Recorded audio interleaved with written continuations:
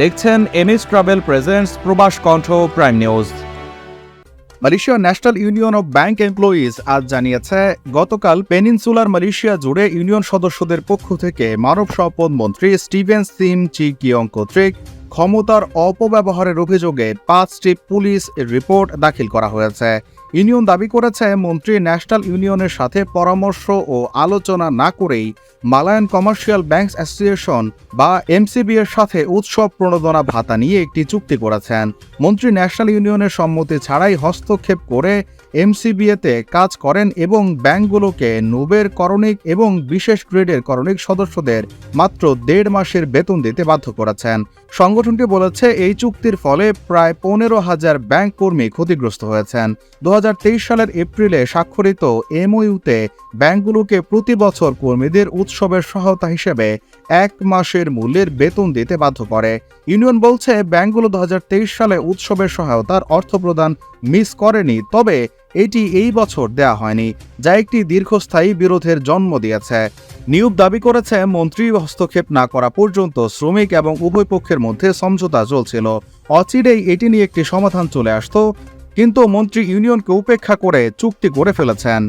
Menteri Sumber Manusia Steven Sim enggan mengulas dakwaan salah guna kuasa dalam rundingan bantuan perayaan terhadap pekerja-pekerja bank.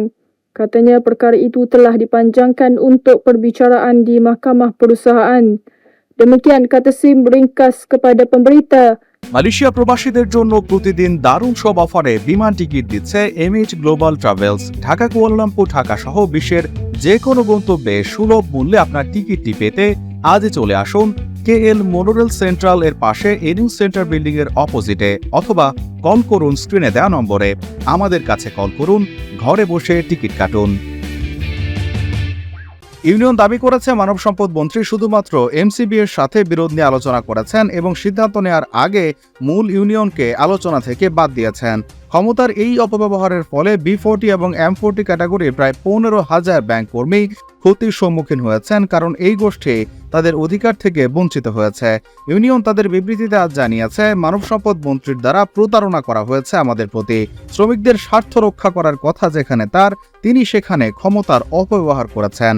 নিউব 1958 সালে প্রতিষ্ঠিত মালয়েশিয়ার একটি বেসরকারি সংগঠন, যেখানে দেশটির প্রায় 15,000 ব্যাংক কর্মী নিবন্ধিত রয়েছে। এটি পেনিনসুলার মালয়েশিয়া জুড়ে ব্যাংকিং এবং আর্থিক প্রতিষ্ঠানের সমস্ত করণিক এবং নন ক্ল্যারিক্যাল কর্মচারীদের আইনত একমাত্র প্রতিনিধি সংগঠন। এই মাসের শুরুতে নিয়োগকর্তাদের অনুপস্থিতিতে তাদের সাথে এককালীন উৎসব বোনাস নিয়ে আলোচনা করার সিমের সিদ্ধান্ত আন্তর্জাতিক শ্রম সংস্থা বা আইএলওর কনভেনশনের বিরুদ্ধে বলে দাবি করেছে national union of bank employees. প্রবাস কণ্ঠ নিউজ ডেস্ক।